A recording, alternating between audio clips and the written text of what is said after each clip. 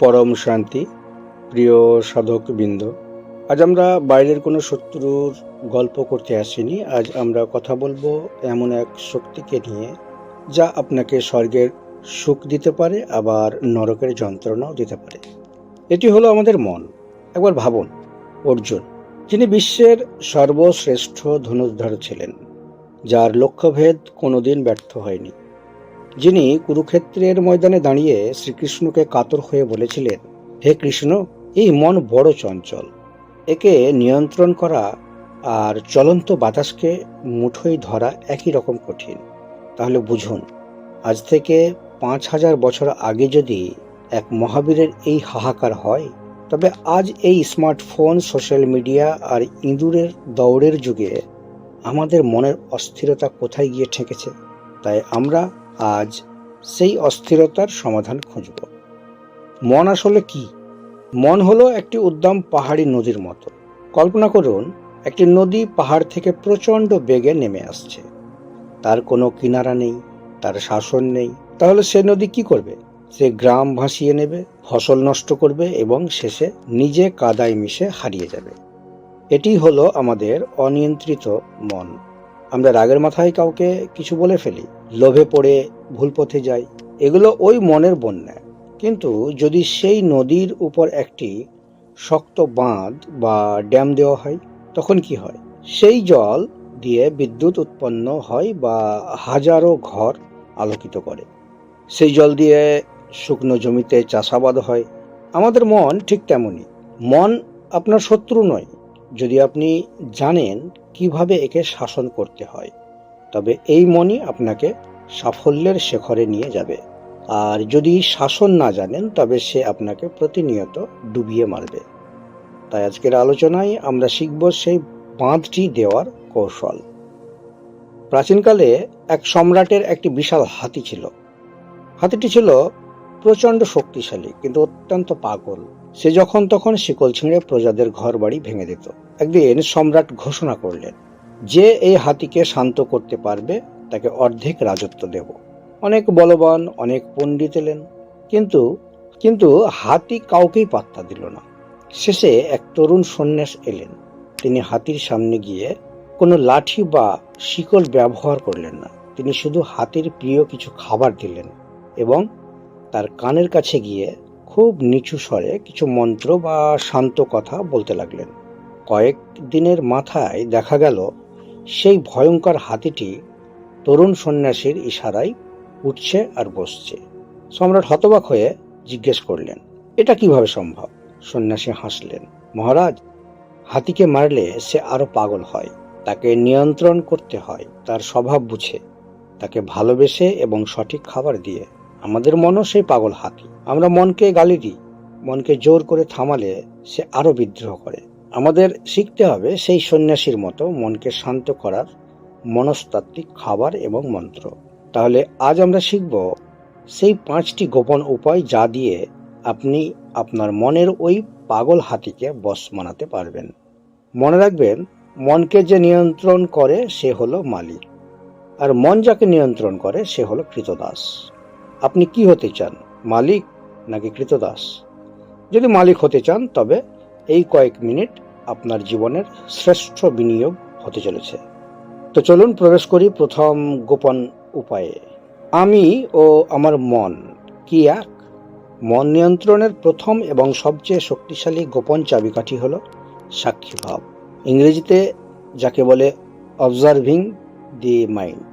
আমাদের জীবনের সবচেয়ে বড় ভুল কি জানেন? আমরা মনে করি আমি যা ভাবছি আমি সেটা। যখন রাগ আসে আমরা বলি আমি রাগী। যখন ভয় লাগে আমরা বলি আমি ভীতু। এই আমি আর ভাবনাকে এক করে ফেলাটাই হলো সব অশান্তির মূল। কল্পনা করুন, আপনি একটি সিনেমা হলে বসে সিনেমা দেখছেন। পর্দায় একটি ভয়ঙ্কর অগ্নিকাণ্ডের দৃশ্য চলছে। আপনি কি আপনার সিট ছেড়ে পালাবেন? না, তা পালাবেন না। কারণ আপনি জানেন ওই আগুনটা পর্দায় আছে, আপনার গায়ের ওপর নয়। আপনি পর্দা থেকে আলাদা হয়ে বসে আছেন বলেই আপনি সিনেমাটি উপভোগ করতে পারছেন। আমাদের মন হলো সেই সিনেমা হল, আর মনের চিন্তাগুলো হলো পর্দার ছবি। সমস্যা হলো আমরা পর্দার ছবির সাথে নিজেকে এমনভাবে মিশিয়ে ফেলি যে পর্দায় আগুন লাগলে আমরা চিৎকার করে উঠি। পর্দার হিরো কাঁদলে আমরা নিজেরা কাঁদতে শুরু করি। আমরা ভুলে যাই যে আমরা দর্শক, আমরা পর্দা নয়। হিমালয়ের এক সাধুর কাছে এক শিষ্য গিয়ে কেঁদে বললেন, গুরুদেব, আমার মন খুব খারাপ, আমি খুব অশান্ত। সাধু তাকে পাহাড়ের চূড়ায় নিয়ে গেলেন। সেদিন আকাশে প্রচণ্ড কালো মেঘ জমেছিল, চারপাশে অন্ধকার।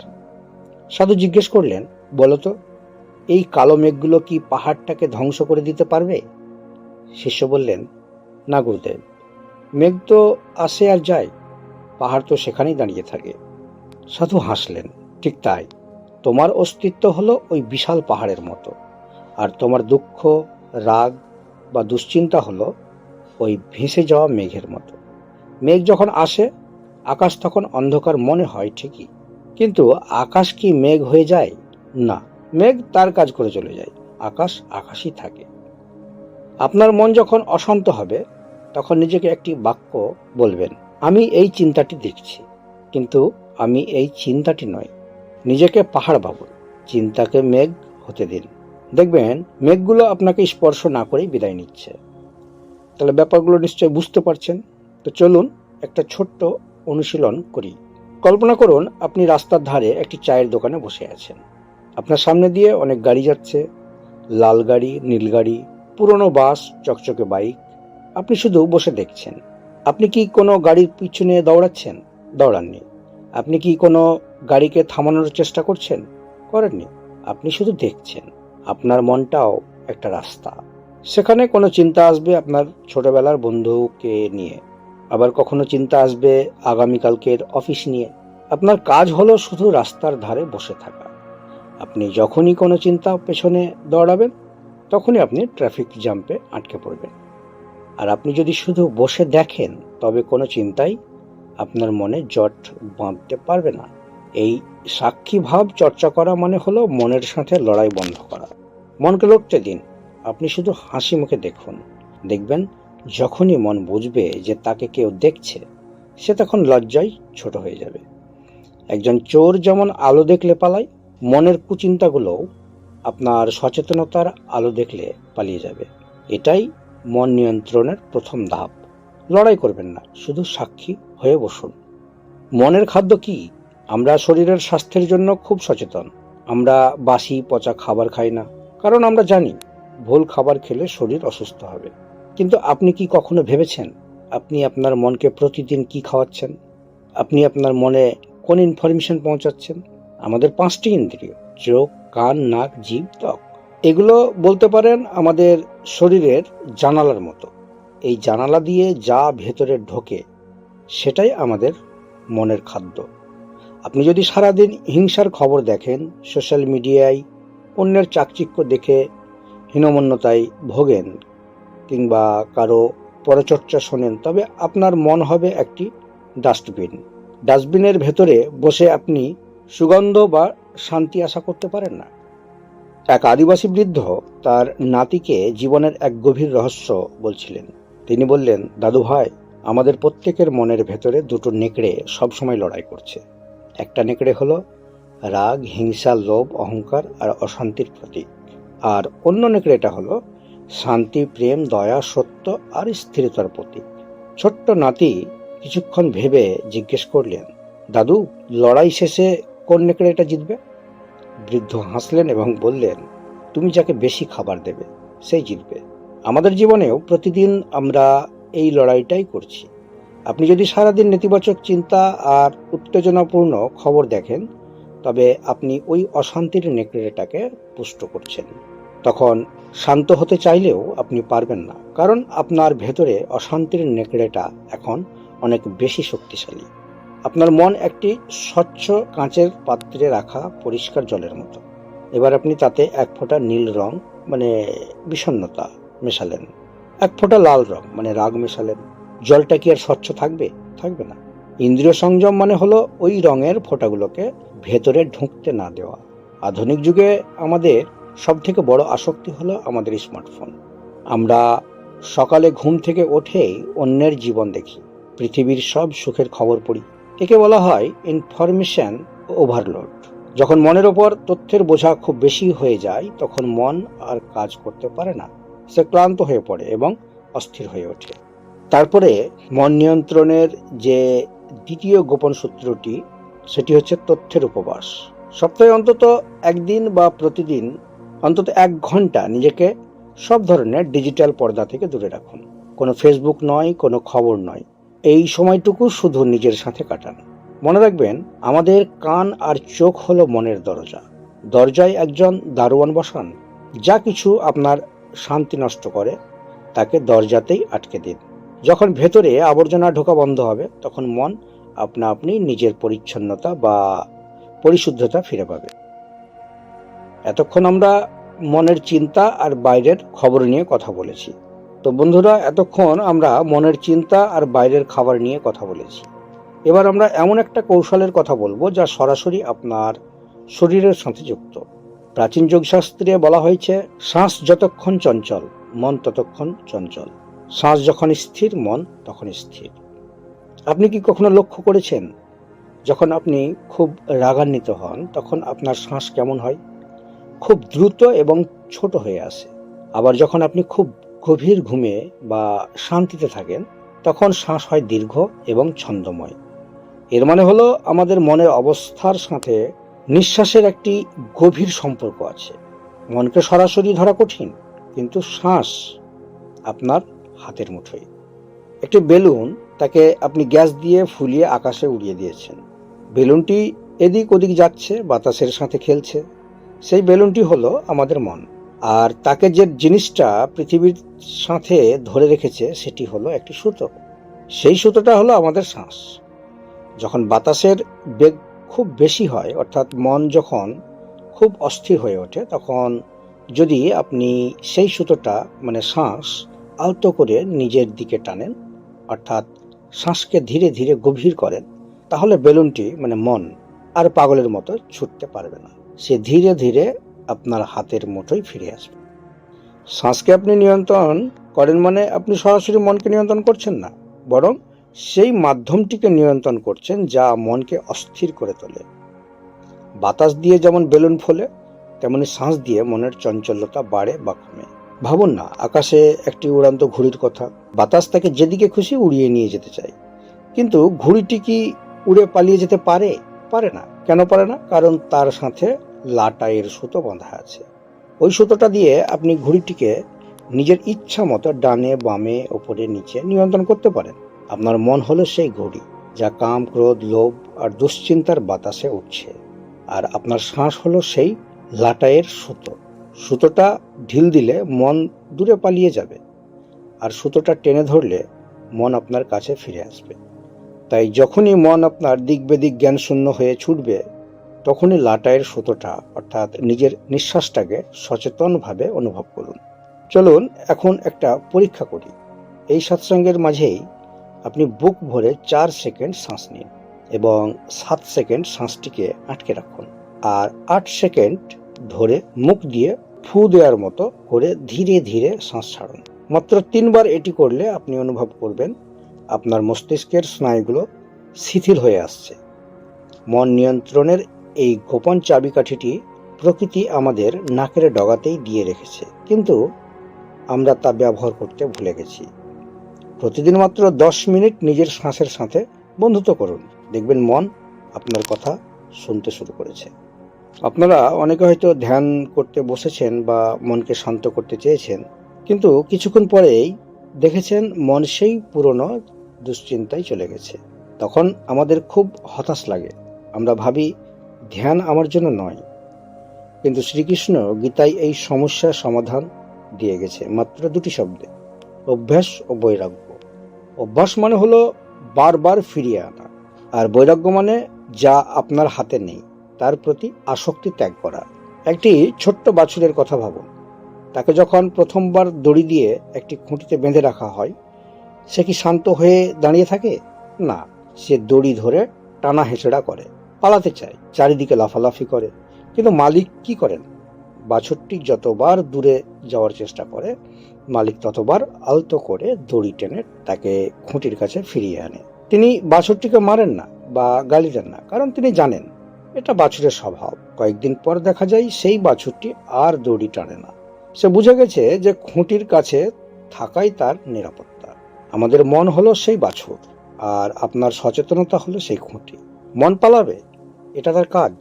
আপনার কাজ হলো তাকে গালি না দিয়ে, হতাশ না হয়ে বারবার ভালোবেসে ফিরিয়ে আনা। এই বারবার ফিরিয়ে আনার নামই হলো অভ্যাস। দেখবেন কুয়োর পাড়ে একটা শক্ত ও অমসৃণ পাথর থাকে, আর সেই কুয়ো থেকে জল তোলার দড়িটা হয় খুবই নরম। কিন্তু দিনের পর দিন, বছরের পর বছর ওই নরম দড়িটা যখন পাথরের উপর দিয়ে ঘষা খায়, তখন সে শক্ত পাথরের বুকেও দড়ির দাগ পড়ে যায়। আপনার মন যদি পাথরের মতো কঠিন আর জেদও হয়, তবুও আপনার প্রতিদিনের অভ্যাস সেই মনের গতিপথ বদলে দিতে পারে। আজ হয়নি বলে ভাববেন না কোনোদিন হবে না, তা তো নয়। আপনার প্রতিদিনের ছোট ছোট অভ্যাসই একদিন বড় পরিবর্তন আনবে। বৈরাগ্য মানে ঘর বাড়ি ছেড়ে জঙ্গলে যাওয়া নয়। বৈরাগ্য মানে হলো আপনি জানেন যে বাইরে বৃষ্টি হচ্ছে, কিন্তু আপনি ছাতা মাথায় দিয়ে শান্তিতে হাঁটছেন। বাইরের বৃষ্টি আপনার নিয়ন্ত্রণে নেই, কিন্তু ভিজে যাবেন কি না তা আপনার নিয়ন্ত্রণে। জগৎ তার নিয়মে চলবে, আর মানুষ তার স্বভাব মতো কথা বলবে। এগুলোর বদলানোর চেষ্টা ছেড়ে দেওয়াটাই হলো বৈরাগ্য। যা আপনার হাতে নেই তাকে ঈশ্বরের উপর ছেড়ে দিন, দেখবেন মন থেকে অর্ধেক বোঝা নেমে গেছে।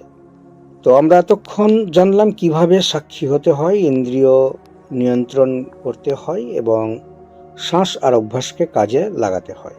কিন্তু শেষের এই উপায়টি হলো সব থেকে সহজ এবং সব থেকে কঠিন। এর নাম হলো সমর্পণ। আমাদের মনের অস্থিরতার সব থেকে বড় কারণ হলো আমি বোধ। আমি করছি, আমি না করলে সব শেষ হয়ে যাবে, আমার কেন এমন হলো। এই ভারী আমির বোঝাটা যখন আমরা মাথায় নিয়ে ঘুরি, তখন মন শান্ত হওয়ার জায়গায় পায় না। সমর্পণ মানে হলো এই বিশ্বাস রাখা যে আমি একা নই, আমাকে চালানোর মতো এক মহাশক্তি পিছনে কাজ করছে। একটি ছোট্ট শিশু তার বাবার সাথে মেলায় গেছে। ভিড়ের মধ্যে শিশুটি বারবার বাবার আঙুল শক্ত করে ধরে আছে। তার চোখে ভয়, যদি বাবা হারিয়ে যায়। সে সারাক্ষণ অস্থির হয়ে চারপাশ দেখছে আর আঙুলটা আরো জোরে চেপে ধরছে। কিছুক্ষণ পর বাবা শিশুটিকে কোলে তুলে নিলেন, আর যেই কোলে তুলে নিলেন, সে নিশ্চিন্তে চারপাশের মেলা আনন্দের সাথে দেখতে লাগলো। কারণ সে জানে বাবা তাকে ধরে আছেন। সে হারিয়ে যাওয়ার ভয় থেকে মুক্ত। যতক্ষণ আপনি নিজের চেষ্টায় জীবনকে আঁকড়ে ধরে থাকবেন, ততক্ষণ ভয় থাকবে। কিন্তু যখন আপনি মনে করবেন যে আমার জীবন পরমেশ্বরের বা প্রকৃতির কোলে রাখা আছে, তিনি আমায় রক্ষা করছেন, তখনই মন থেকে সব দুশ্চিন্তা ধুয়ে যাবে। সমর্পণ মানে দায়িত্ব ছেড়ে দেওয়া নয়। সমর্পণ মানে নিজের সম্পূর্ণতা দিয়ে ফলাফলের ভারটা পরমের উপরে ছেড়ে দেওয়া। একটি ছোট্ট নদী যখন পাহাড় থেকে নামে, তখন তার অনেক লড়াই, পাথরের সাথে ধাক্কা লাগা, সরু পথ দিয়ে যাওয়া। সে সব সময় ভয়ে থাকে যে সে শুকিয়ে যাবে কিনা। কিন্তু যখনই সে বিশাল সমুদ্রের কাছে পৌঁছায় এবং নিজেকে বিলীন করে দেয়, তখন সে আর ছোট্ট নদী থাকে না, সে নিজেই সমুদ্র হয়ে যায়। আপনার ক্ষুদ্র অহংকারকে যখন আপনি কোনো মহৎ উদ্দেশ্য বা স্রষ্টার চরণে সঁপে দেবেন, তখন আপনার মনের চঞ্চলতা ওই বিশাল সমুদ্রের শান্তিতে মিশে যাবে। তো বন্ধুরা, গত কয়েক মিনিট আমরা মনের গভীরে ভ্রমণ করলাম। স্মরণে রাখবেন, মন জয় করা মানে মনকে মেরে ফেলা নয়। মনকে জয় করা মানে মনকে একটি সুন্দর পথে চালিত করা। আজকের যে 5টি চাবিকাঠি নিয়ে আলোচনা করলাম, সেটি আপনাদের উদ্দেশ্যে পুনরায় একবার বলছি। 1 নম্বর হচ্ছে নিজেকে দর্শক ভাবুন। 2 নম্বর, দরজায় পাহারা দিন, কারণ আপনার শরীরের দরজা হচ্ছে সেই পঞ্চম ইন্দ্রিয়। প্রত্যেকটা ইন্দ্রিয়তে আপনি পাহারাদার লাগিয়ে দিন। শ্বাসকে ধীর করুন, বারবার ফিরিয়ে আনুন আপনার অভ্যাস দ্বারা, এবং সবশেষে সবকিছু সেই পরম সত্তার কাছে সমর্পণ করুন। এই 5টি উপায় যদি আপনি প্রতিদিন অল্প অল্প করে চর্চা করেন, তবে আপনার জীবন আর রণক্ষেত্র থাকবে না, তা হয়ে উঠবে একটি শান্ত তপবন। আপনার মনের ভেতরে যে শান্তির মহাসমুদ্র আছে, আপনি সেখানে পৌঁছান, এই প্রার্থনাই করি। এই ভিডিওটি কেবল তথ্য হিসেবে রাখবেন না, আজ থেকেই অন্তত একটি উপায় বেছে নিন এবং শুরু করুন। যদি এই আলোচনা আপনার জীবনের সামান্যতম শান্তিও আনে, তবেই আমার এই প্রচেষ্টা সার্থক। সবাই ভালো থাকুন, শান্ত থাকুন। আজকের সৎসঙ্গ এই পর্যন্ত। আমার আন্তরিক কামনা, মুক্ত হোক সমগ্র সৃষ্টি, স্থির হোক সকল মন, পরম শান্তির স্রোতে প্রবাহিত হোক সমগ্র মানবের হৃদয় স্থান। পরম শান্তি।